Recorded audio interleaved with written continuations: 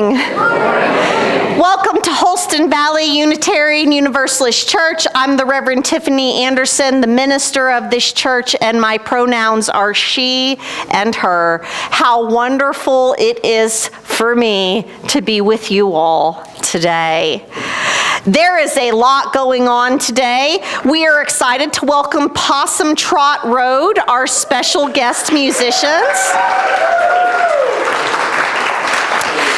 You might remember Grant and Abraham from their mind-blowing itty-bitty polka band performance here last fall. Today they are back with a different genre. PossumTrot Road is an alt-country folk band that writes heartfelt music that honestly connects directly to our values here.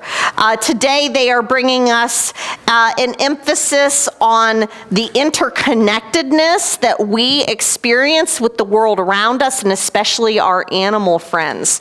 So welcome Grant, Abraham, Jack, Nick, and Veronica.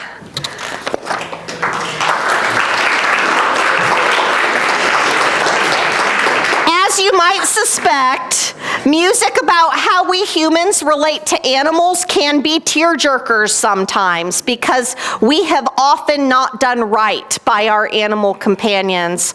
I think one of the beautiful ways that PossumTrot Road expresses the inherent worth and dignity of every animal is by putting the animal's experience in the spotlight instead of our own.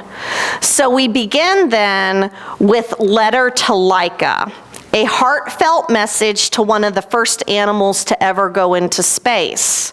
On November 3rd, 1957, Laika was sent into space by the Soviet space program as a passenger on Sputnik 2.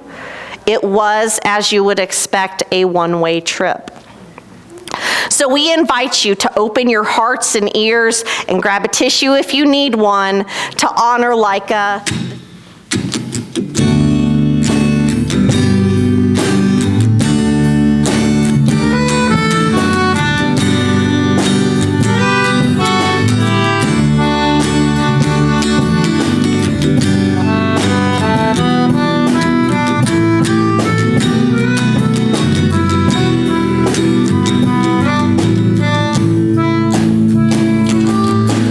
If I ever met you, I might tell you that it's because of you we put men on the moon. I don't know if that would make it any better, since it was because of us that you were gone too soon. When we took you off the cold, dark streets of Moscow, gave you a home, fulfilled your every need. We called you man's best friend, but it just wasn't what it seemed. You didn't ask to be part of our schemes. Well, the scientists and engineers all loved you. They called you Curly, called you Little Bug. But human pride was stronger than compassion, which too often is the case with those we love. And I know they say that all dogs go to heaven, but I don't think that's what they had in mind. That to prove a point from one man to another, you'd be sacrificed in the name of humankind. And I don't know if I'd be able to explain whether your whole life of misery and pain could have been worth all the riches in that dark and empty sky, where we sent you scared and alone to die. Well, the night before we put you on that shuttle, one of the scientists who raised you brought you home. introduced you to his kids and let you run around the yard. Just one night of the life you should have known. And I wonder what it felt like to be weightless. Up there floating in that cage for 4 long days. Did you know what that blue rock was when you saw it? Or how many of us on it knew your name? And I'm so sorry that we took you from your home, so far away from everything you'd ever known. And in the name of human progress sent you far from this blue ball. And I'm sorry that we haven't changed at all. So while you're up there playing fetch with old Orion, chasing Saturn's rings across that starry plow, if you're ever looking down on where you came from, my friend, just know that we all hope you're okay now.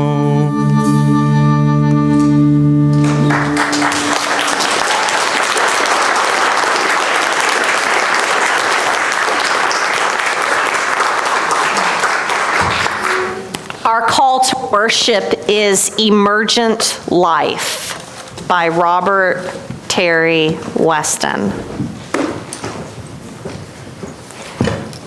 I am amazed and all but mute with awe that on this cinder, hurtling around the sun, a living thing arose to clothe the earth. That all this splendor of the leaf and flower, life in the sea and on the earth, from crawling thing to singing bird, and then humanity. A fruit of the same life, continually renewed through cell and seed and birth. In spite of winter's storms that sweep the earth, this miracle of shared and sharing life arose, and still evolving, still goes on. Here on this whirling ball, warmed by the sun, as on what planets of what other stars? Through countless deaths and many millions forms, life bore its varied cells, and there were those from which the coral grew, to atolls in the sea, the fish, the insects, and the nesting birds, all played their varied parts, through which a widening community spread across the earth. Thus, as through us, the same life flows through all. Each as the grass, springing from common earth, adding to others and receiving as well. And all of us, seed, plant, and flower, seed en route through love and the awakening mind, toward what we cannot guess. Let's sit together in a moment of silence to center ourselves. Let's bring all this interconnected life into our silence with us as we begin.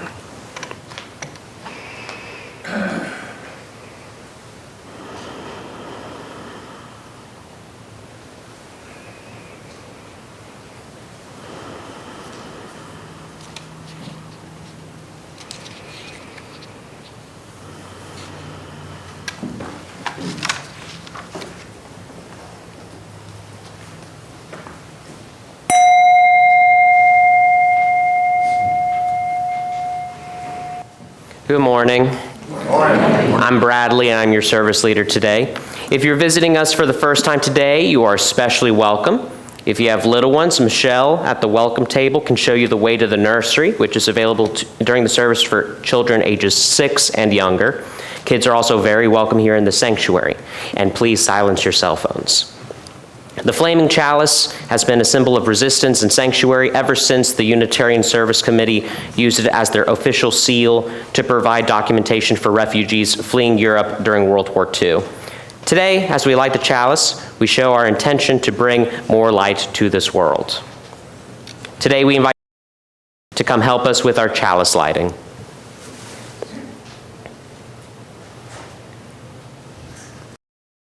Grade student at Liberty Bell. She likes being playful and being independent. The chalice, please join me in saying our vision statement, which is printed in our bulletin. We work together as a church to transform ourselves, our community, and our world by sharing love, pursuing justice, and seeking wonder. We won't have a story for all ages today because we are having a new member ceremony instead. As we welcome our new members, I am reminded of how we talk at Path to Membership about how membership is about giving our time, treasure, and talent. And it's a good reminder for all of us, not just the 6 who have joined their journey to ours today. The time part is simple. We cannot build community with you if you are not here. So time is a commitment to be present with us in some way, shape, or form throughout the month. We are definitely not the kind of church that expects people to be here every week, so no pressure, but we do want to see all of you here so that we can keep building relationships with each other. Talent is about finding our way to serve, to give back, which so many of you do in so many ways. But if you're looking for a chance to get more involved, to plug in, just look around you, see what people are doing, and ask them how they found themselves in that job. Odds are good that it was just a little curiosity and willingness to help, and then boom, you have a job. The last part, treasure, is especially important as we are beginning our pledge drive. And Jasmine, who joined us in membership about 10 months ago, is going to share with us why she makes a pledge to the church. Hello, my name is Jasmine Thilman, and my pronouns are she and her. I've been a member of the church for about 10 months and have been attending for 2 years. We moved here from Colorado 2 years ago, not knowing anyone. My husband put me in charge of public relation to find our people. Before we even moved, I was thinking about where we could find community and thought, Unitarians are pretty great people. And I went to a Unitarian Universalist church back in Denver, but the connection here is so much deeper than the one that I had back in Colorado. When I went on the website, I noticed they had game night and a cups group. And the first time I came here with my child, Alex, Reverend Tiffany introduced herself and said what her pronouns were. And I nearly cried when I heard that.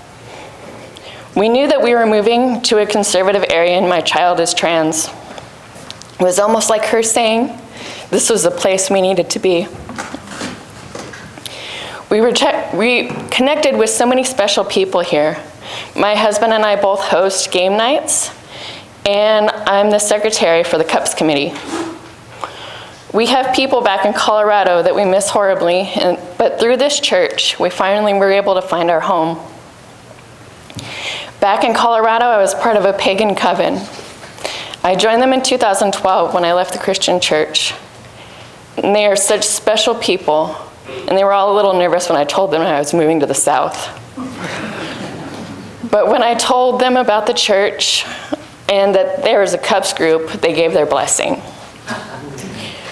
They knew that you would help to take care of me. I really feel like this community is making a difference in this part of Appalachia. Between volunteering for helping people who suffered with Helene, to covering the giving tree with supplies every Christmas season to show up for Pride events, which shows people in the LGBTQA community that there is a safe place for them. This is a place to be yourself, no matter your beliefs or your spiritual practices. This place is a place of laughter. And when I go to game nights every Friday, sometimes we're so cracked up that we're all crying. When someone accidentally skips someone's turn 3 times in a row, Rosemary. I didn't warn her. Or playing Galaxy Trucker, where we have an asteroid that hits your ship and half of your ship floats into space. Luckily, with the rules of Galaxy Trucker, if you get at least 1 coin, you win. Or playing Skull King, where you get to growl like a pirate. We've made some really special friends here, and they make us feel like we belong. This is a place of love, and that is why I pledge.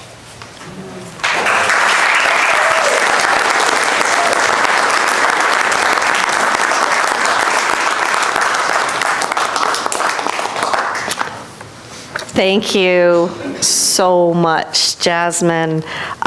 You guys can find information and timing about game night on our website, on our calendar, if you want to show up and growl at each other and laugh until you cry.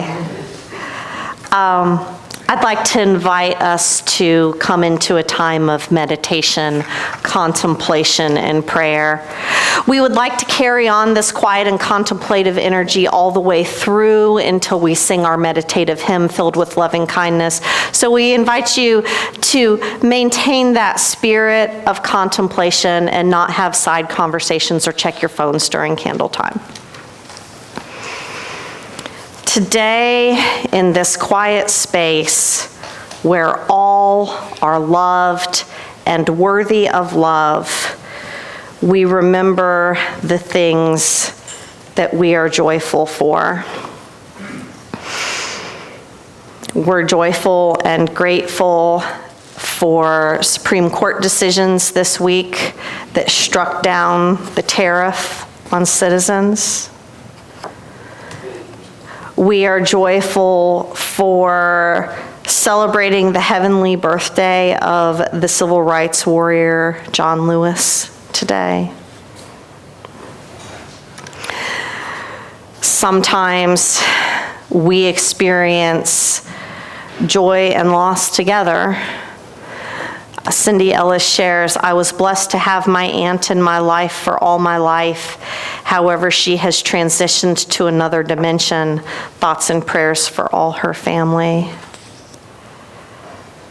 I experienced joy and sorrow together as I saw my first daffodil today, a beautiful sign of emerging spring, but also tied so closely in my heart to Ray Hatch that I felt that loss and that love and that beauty all together. And isn't that just what life is? Today, in this quiet space where the things that we carry do not have to be carried alone, we remember all the grief and joy and concern about all the things going on in our lives. We especially hold in our hearts this week a member of our church facing a work environment that is becoming actively hostile toward their beliefs and their civil liberties. We remember the passing of a great human rights activist and minister, Reverend Jesse Jackson, and experience sorrow for his loss and the way his loss is being addressed.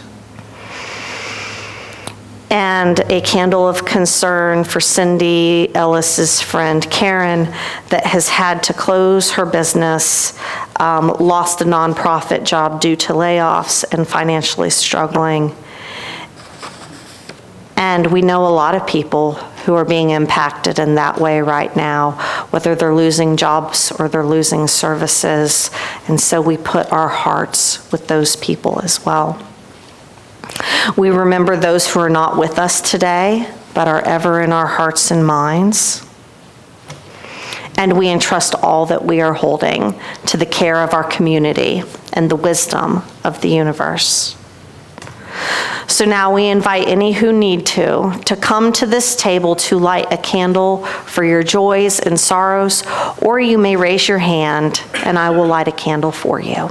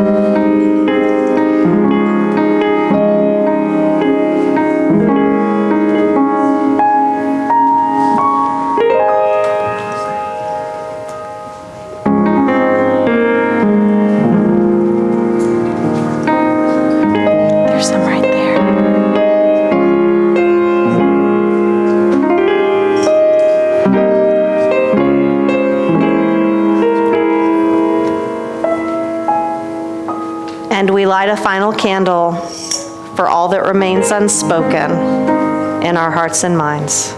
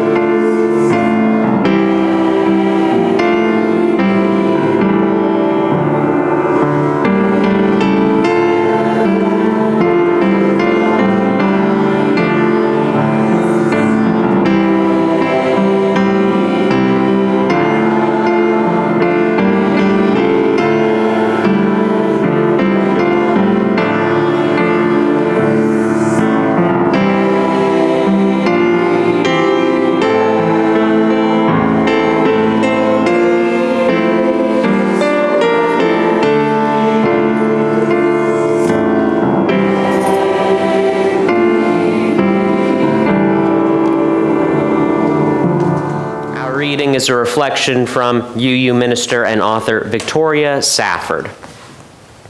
What if there were a universe in which a world was born out of a smallish star, and into that world at some point flew red-winged blackbirds, and into it swam sperm whales, and into it bloomed crocuses, and into it blew wind to lift the tiniest hairs on naked arms in spring, and into it at some point grew onions out of the soil, and in went Mount Everest, and also the coyote we've spotted in the woods about a mile from here just after sunrise on these mornings when the moon is full.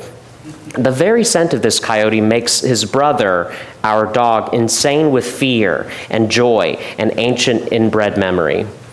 Into that world came animals and elements and plants and imagination and the mind and the mind's eye. If such a universe existed and you noticed it, what would you do? What song would come out of your mouth? What prayer? What praises? What sacred offering? What whirling dance? What religious and what reverential gesture would you make to greet the world every single day that you were in it? Parts of a vengeful pachyderm whose restless soul's been wandering since she killed her handler. She was a 5-ton Asian elephant by the name of Murderous Mary. But by the time you hear her story, I don't think you'll find her scary. You see, she marched with a circus at the front of a parade, misunderstood and overwhelmed with what she saw every day. When she was surrounded on both sides by a relentless screaming crowd. Can't imagine what that looked like to an animal so proud. You see, I call her Old Scared Mary. She don't know what murder means. All she knew was what she'd seen, a life of pain and cruelty, when they stabbed and poked and prodded her to watch their money stack. Wasn't nothing she could do but throw that old man off her back. And one day a fan threw her a watermelon rind, not knowing of the evil that would come from an act so kind. 'Cause when she bent her mighty head down to pick that gift up off the ground, that's when her handler hooked her ear, that's when she threw him down. And now the liars said she gored him with her tusks after she grabbed him. But morphologically and somewhat pedantically, female Asian elephants, well, they don't even have 'em.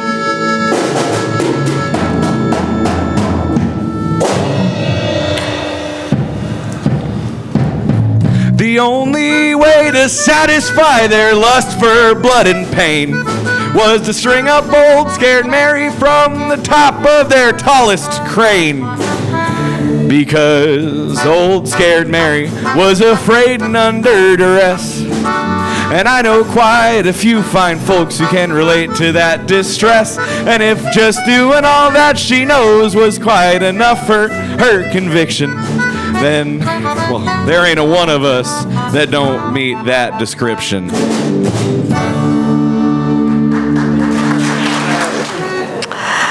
Our relationship with the animal world is complex. On one hand, we have Old Scared Mary's story, a glaring example of how cruel and exploitative we humans can be to our animal siblings, and the consequences that come from underestimating animals and treating them like objects. On the other hand, we have Victoria Safford's words, read to us by Bradley, where we see and praise our interconnectedness to the natural world, and particularly blackbirds and sperm whales and coyotes. The juxtaposition covers the wide range of how humanity interacts with the animal kingdom. The sublime heaven of awe and wonder in seeing our connection and really feeling that beauty, and the wretched hell of how we hurt each other. We create both with our choices and our attitudes. Edward Searle, a Unitarian Universalist minister, created a collection of writings called In Praise of Animals that include our call to worship, our reading, and our closing words today. And he created this because he knows that how we treat the other creatures that we share this planet with matters deeply to who we are as Unitarian Universalists. You can learn a lot about a person by how they treat the animals they encounter, right? We've seen it. Edward Searle wrote this: "We are all part of a long and grand evolutionary scheme of branching diversity. We rejoice in the richness and complexity of life on this earth, and we confess with shame our role in the extinction of many species. We are beginning to understand the inherent worth of creatures beyond any utility that they offer us." Here too we see that juxtaposition.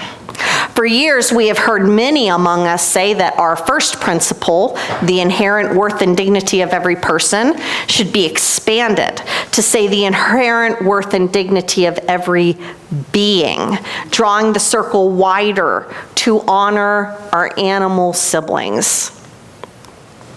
This is supported by our seventh principle, which draws from the wisdom of ancient indigenous peoples worldwide that points to that interconnectivity and interrelatedness over and over again. It reminds us that nothing we do exists in a vacuum, that every choice we make can impact the natural world, and that all of us are being invited to consider that impact.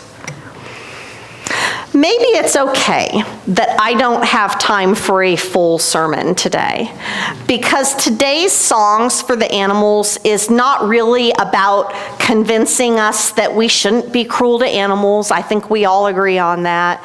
And it's not about intellectually reminding us that all of us on this planet are connected, because we already know these things. Today's message is more for the heart, the domain of story, song, and poetry. So I want to share one more story, a story personal to this congregation in the time that I have about one of our animals. This is the story of Felice. If the only time that you are here at church is on Sunday morning, then you know how empty this campus can feel during the week when only half a handful of us are here. In the absence of humans, deer and turkey walk through the grassy area between our main building here and the religious education zone building up the hill. And it's a magical way to have your work interrupted when you look up and see grazing deer or strutting turkeys. Their presence invites us to take a breather and contemplate the wonder that we are constantly surrounded by. If only we in the office will pause to see it, but we're getting pretty good at pausing to see it. But one day, it wasn't deer or turkey, but was a very small, very scared dog, hanging around the res and retreating into the woods if anyone even started walking toward her, barking stridently the whole time. Many of us tried to approach her, exuding calm and goodwill, but she would have none of it. Whether by violence or neglect, this little pup did not feel good about humans. She was scared. For a week or more, she evaded us, and she also invaded the homeschool co-op that is here on Tuesdays. We were getting so worried. We knew this couldn't go on forever, that something was going to happen to her. So we called upon Stephen, our facilities trustee, and one of our resident dog people to come help us. Stephen knew she had to be hungry, so he pilfered a few sugar cookies from our coffee hour stores and lured her into his truck. Stephen knew that she couldn't stay with him, but he wasn't ready to bring her to the pound either. And I get it. So then we began to ask ourselves, couldn't we try to find her a good home? Hoping that we weren't setting a precedent that would be difficult to live up to, but desperately wanting what's best for this little pup, we posted to our e-news and our Facebook. Stephen brought her with him to church, and even though it was Festivals of Light, and we don't do announcements at Festivals of Light, our service organizers consented to bring up this little dog's need for a home during the service. I'm noticing as I'm telling the story how many parts of it are like, well, we normally do this, but compassion says we want to do this time. And I love that about this. After the service, I was dealing with a million other things like I always do. But in a fleeting moment, walking by the entryway, I glimpsed Tish holding a little bundle in a towel. And I felt hope bloom in my heart. Tish and David brought her home and began the considerable amount of work that would be needed to build trust with her. They named her Felice, inspired by the Festivals of Light service and the holiday season after the phrase Feliz Navidad. Feliz, a Spanish word that indicates happiness, joy, being fortunate. How fortunate Felice is. How fortunate we all are for having our lives touched by her. And I gotta tell you, this isn't the last I've seen of Felice. Just this last week, I saw her on Zoom licking Tish's face during a board meeting. And I've heard lately that she is especially fond of cheese. And I'm like, yeah, me too, girl. The animals that we're closest to, the dogs of our community like Jingo and Scout and Felice, each of our fur babies and scaly and feathered friends at home, they help us access our empathy and help us experience our interconnectedness in an intensely personal and loving way. And our commitment to the worth and dignity of all beings means that animal life is more than just how they make us feel. We want to move beyond seeing animals for their usefulness to us, like Laika the space dog. And we also want to move beyond only caring for the fluffy four-leggeds that sprawl on our beds and stare longingly at our dinner plates. Mine is such a force to be reckoned with, you guys. Nature gave my dog these little eyebrows, and he uses them so well. I'm weak, he's fat, I don't know what to say. Y'all, it's a wide and beautiful world out there, and all of it needs our love. Humanity has grabbed a lot of power in this world. We've claimed the power to shape our environment, and we don't always do it well. So now let's take that responsibility seriously. Knowing that the most important animal life we can impact is the one that's right in front of our face in any given moment. Here, it's usually a stink bug. And then recognizing that the second most important animal life is all of the rest of them. In our reading, Victoria Safford invites us to consider, if such a universe existed and you noticed it, what would you do? What song would come out of your mouth? What prayer, what praises, what sacred offering, what whirling dance, what religious and what reverential gesture would you make to greet the world every single day that you were in it? When despair for the world grows in me, and I wake in the night at the least sound and fear of what my life and my children's lives may be, I go and lie down where the wood drake rests in his beauty on the water, and the great heron feeds. I come into the peace of wild things who do not tax their lives with forethought of grief. I come into the presence of still water, and I feel above me the day-blind stars waiting with their light. For a time, I rest in the grace of the world, and I am free. Thank you for being with us today. We hope you can stay for coffee hour, which is right through those doors there. This Sunday is the deadline for signing up for Wednesday night supper, which happens this Wednesday. Come get a home-cooked meal for $8 a person, $15 for 2 people, and $5 for kids. You really can't find a better deal than that. Plus, you get to know the people of your church better. Be there at 6 p.m. to make sure you get dinner. Use the list in the fellowship hall or email wns@hvuuc.org.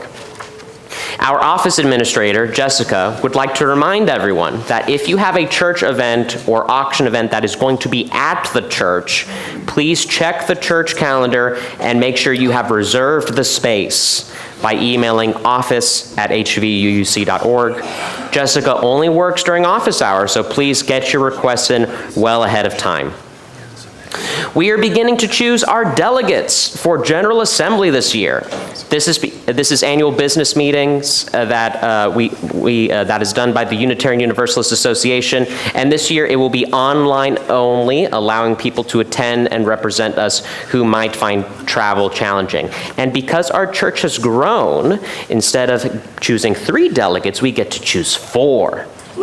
Yes. If you're interested in serving our church in this way, reach out to any board member or the reverend for more information and how to apply.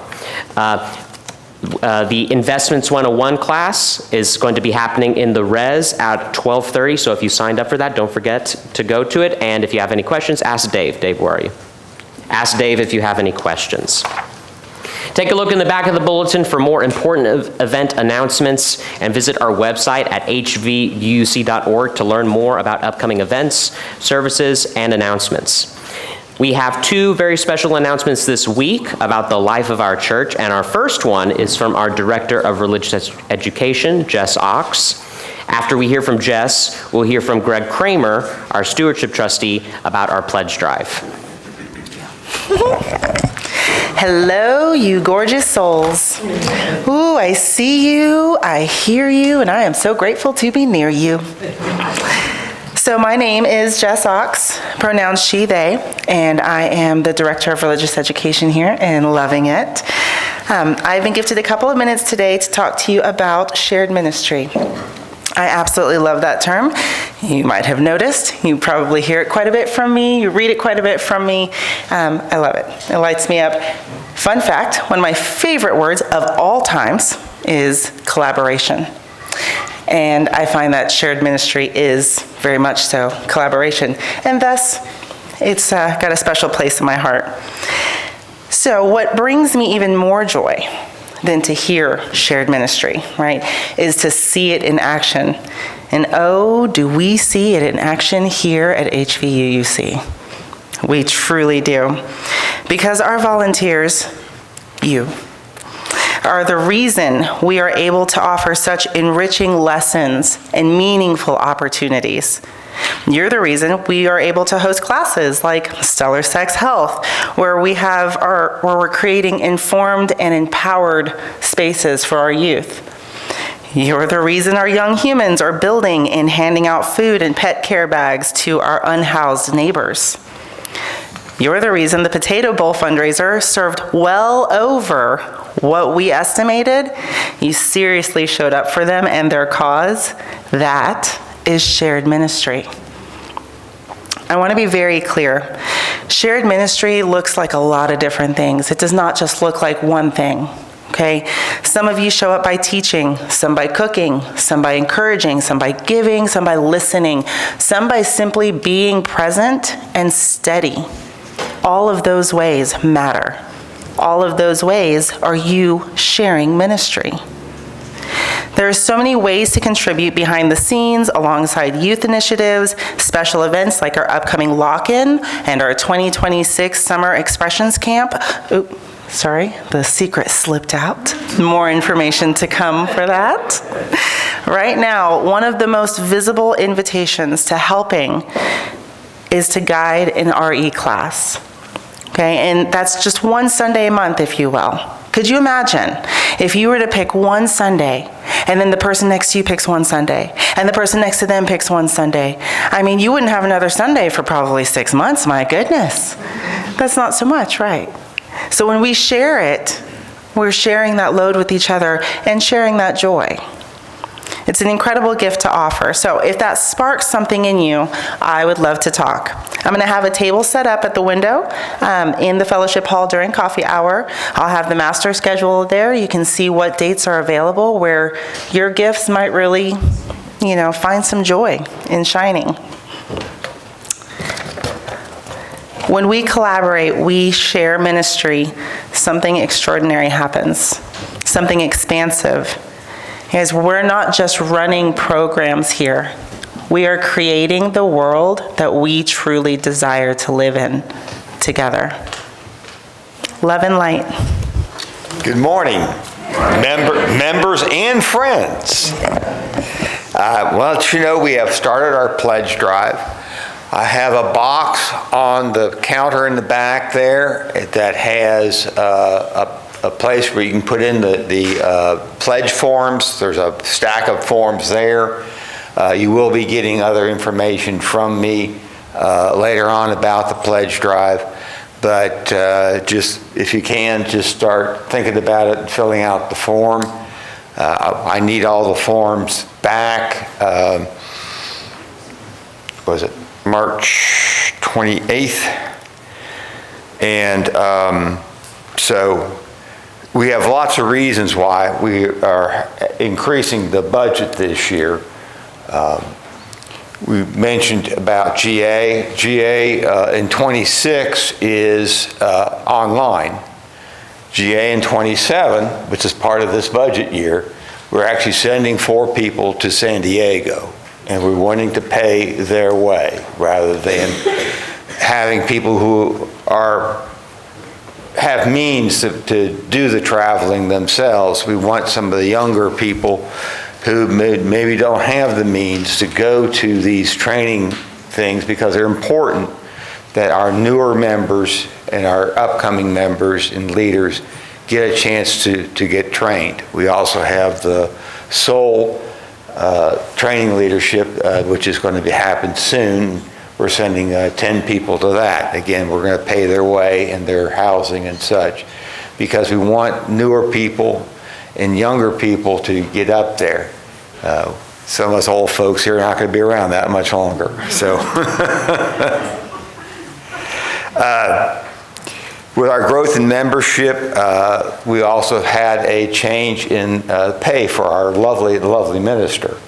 And so we really want to give her what she deserves.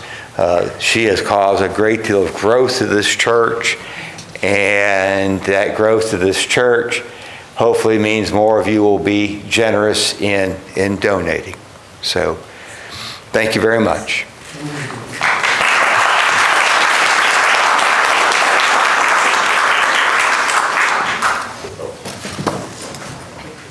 If you have any questions about the budget, see me after Nothing in this world is free. Even the things you love, like this church. Instead of a closing hymn, we're going to hear from PossumTrot Road one more time with one of our congregation's favorite animal songs. We also collect our offering during our closing music. We couldn't do any of the things that we're doing without your financial support. We hope that you'll pledge with our current pledge drive so we can do our long-term planning. And in the meantime, we hope you can drop a few dollars in the offering plate as it goes by. You may remain seated as we celebrate all God's critters. All God's critters got a place in the choir. Some sing lower, some sing higher, some sing out loud on the telephone wire. Some just clap their hands or paws or anything they got. Now listen to the bass, it's the one on the bottom, where the bullfrog croaks and the hippopotamus moans and groans with a big to-do. The old cow just goes moo. Now the dogs and the cats, they take up the middle, where the hummingbird hums and the cricket fiddles. The donkey brays and the pony neighs. The old coyote howls. All God's critters got a place in the choir. Some sing lower, some sing higher, some sing out loud on the telephone wire. Some just clap their hands or paws or anything they got. Now listen to the top where the little bird sings the melody with the high voice ringing. The hoot owl hollers over everything.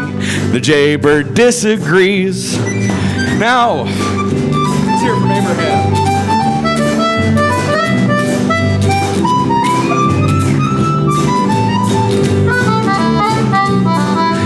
Singing in the nighttime, singing in the day. The little duck quacks and he's on his way. The possum ain't got a lot to say. The porcupine talks to herself. Now all God's critters got a place in the choir. Some sing lower, some sing higher, some sing out loud on the telephone wire.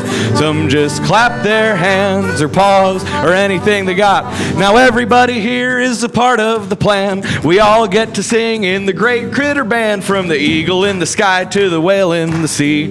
It's one great symphony. All God's critters got a place in the choir. Some sing lower, some sing higher, some sing out loud on the telephone wire. Some just clap their hands. Everybody! All God's critters got a place in the choir. Some sing lower, some sing higher, some sing out loud on the telephone wire. Some just clap their hands or paws or anything they got now. Thank you very much. We've been PossumTrot Road. Not bad. I only did the take it away once. This is such a good. Thank you so much for your generosity this week and every week. May your gifts nurture our shared ministry and the world that we have been called to love. Here is our benediction. May justice lead us to the calling of this moment. May wonder meet us right where we're at. May we discover our collaborators and our companions, and may love guide us on our journey of transformation. Blessed be, amen, and go in peace. Let it be.